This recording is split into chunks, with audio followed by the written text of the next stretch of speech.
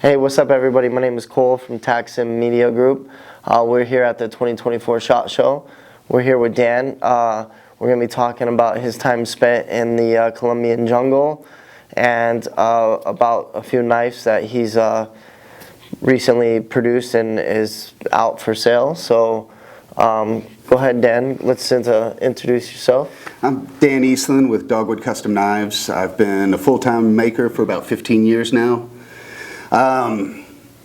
It's a small veteran-owned, all U.S. sourced, all U.S. manufactured company. The jungle time that I spent was with Joe Flowers and Bushcraft Global, and I've done about 9 trips down with him. Okay. I learn something every time I go down there. Okay. It may be watching the natives walk. The tool usage that they do, their culture is probably the closest to a true one knife outdoor concept that I really think they're the only ones that legitimately do. Although now that steel is being a little more, common, because one of the tribes we spend time with are the Métis, who made contact with the outside world in, I think, 1974. Oh, wow. So on one hand, they still use truly primitive techniques, but as things like kind of a 2-knife setup.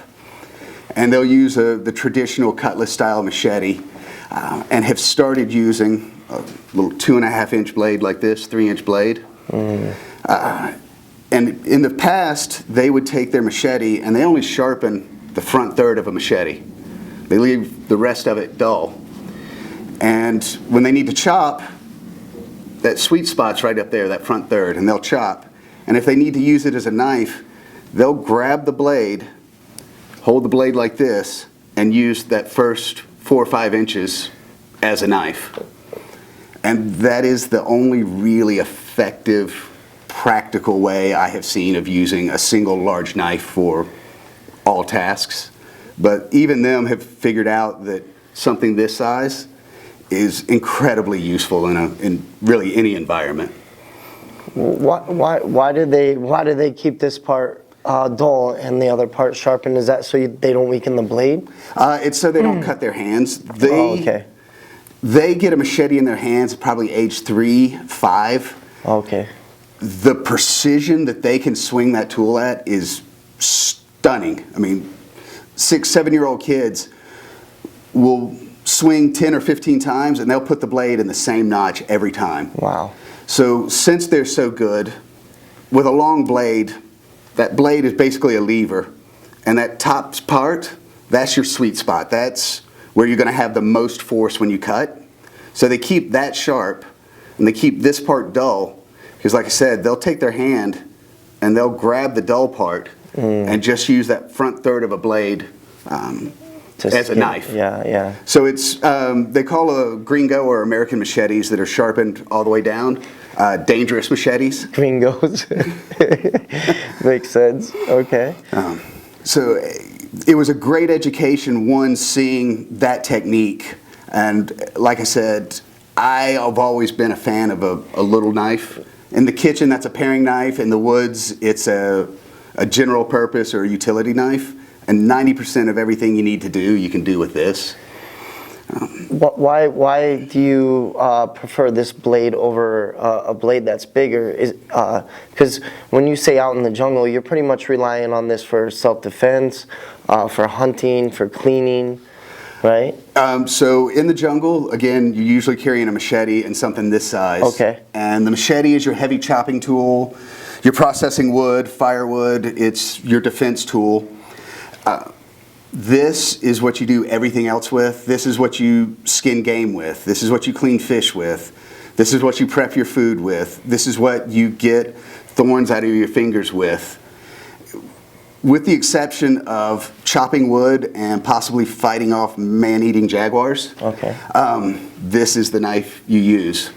And for a very long time, steel was very expensive and it was very hard.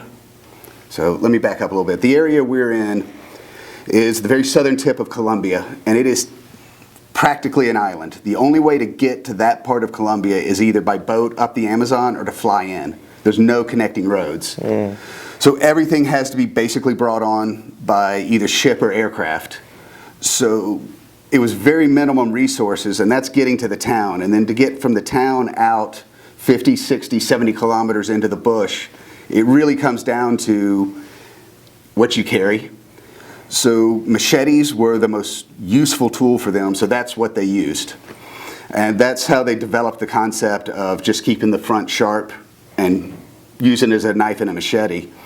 But now that there's more resources down there, they have started to realize that a small blade is indispensable. So how, explain to us how do they manufacture their machetes? They don't. Okay, so they buy them. So funny thing, among other things, there's no rocks in the jungle. Okay. The jungle is clay and sand. That's it. We had a flint knapper come down on one of the trips, and they lost their minds when he started showing them how to make arrowheads and cutting tools from stone. So the Matisse people, the people we spend the most time with, before they made contact with the outside world, they were actually using wooden cutting implements. They would take a very dense wood like black palm, shape it into a blade and polish it, and it would take a wicked razor's edge. It just didn't hold it. But pre-contact with the outside world, they had no metal whatsoever. Wow. So where do they purchase them from? Like the mainland in Colombia? So as with a lot of colonialism, you had a town, and the people in the town figured out what the rural people wanted and sold it to them. Okay. In the case of the Matisse, once they made contact with the outside world, the Brazilian government made moves to protect them. They're very vulnerable to disease, cultural influence, that sort of thing. And with the support of the Brazilian government, they have trade with the outside world to get cooking pots, knives, and they have handled it brilliantly. There's basically a long valley, and there's a series of Aboriginal tribes in this valley. And there was a tribe above the Matisse, and they made contact with the outside world, and within a year, they didn't exist anymore. Wow. There's first a huge die-off from disease, and then culturally, they abandoned all their traditional ways because clothes, iron pots, houses, and cars were pretty cool. When the Matisse made contact with the outside world, unfortunately, they too had a massive die-off. They had a really loss of information, of culture. But one of the things that they managed is they said, okay, we want to stay Matisse. We want to keep our culture. So people will leave the preserve and go out and interact with the outside world, and they'll come back and say, metal pots, machetes, they're awesome. Britney Spears, pop music, no, we don't want anything to do with that. So they have integrated with the outside world to take advantage of modern technology without losing their base culture. When did you first start going and interacting with this group of people, the Matisse? When I first started going down 12 or 13 years ago, when Joe Flowers started his outfitting business, has an amazing relationship with the native tribes. And over time, he developed a relationship with the Matisse. And I think I've done 4 or 5 trips where the Matisse joined us. And it is incredibly uncommon to be able to interact with members of the Matisse tribe. Frequently, it's universities that have to go through government certification to be able to interact. So it's a fairly recent addition to the trip, but like I said, just walking behind them down a trail, I learn. Wow, that's a unique experience because there's not really that many types of communities left in our society. It's not, and one of the guys that on the last trip I was speaking to, he remembers when he found out an airplane was not a shiny-skinned bird. Wow. So he has a direct line to some of their Aboriginal traditions. Yeah. And you're right, it's an incredibly rare culture. Yeah, we've been dealing with that a lot recently in Hawaii with everything going on. We recently took a big hit in Maui with the Lahaina fires, and you know, the culture there is kind of dying out too, and so it's good that the government stepped in there to you know, preserve the culture. And is it a similar situation where the culture is just being diluted by outside influences? Exactly. Yeah, it seems like that's the same case. So you're a veteran. What did you do in the military? I was 11 Bravo light infantry, Nice. 11 Mike mechanized infantry, and 11 Hotel tow anti-tank. Okay. And because I had been such a very, very good boy, they sent me to Fort Polk and assigned me to a cavalry unit. That's a beautiful place to be, isn't it? It was special. Nice. So you were obviously an officer, based off of those. We're done. No, I got out after 3 years as an E4. Oh, okay, cool. So you work for a living then. I apologize. Yeah. So what would you say that so since you spent some time in the military, especially at Polk, from your time in the jungle in Colombia, what do you think how crucial do you think that it is that Americans learn about jungle, just survival, jungle survival? There's several aspects that are important. The first off, for me, growing up on the East Coast, that's an environment that I'm completely comfortable in. I've been going to the woods since I was 3 years old. I would never be concerned being in that environment. Going into something so radically different, like a rainforest, it was an entirely new environment for me. So all the confidence that I had, all the skills that I had, that had been stripped away from me. So for some degree, just being in an entirely new environment reminds you of how much you don't know and puts you in a different headspace. The jungle is one of the last unspoiled environments. So there is a beauty to going and seeing that. And then something as simple as starting a fire.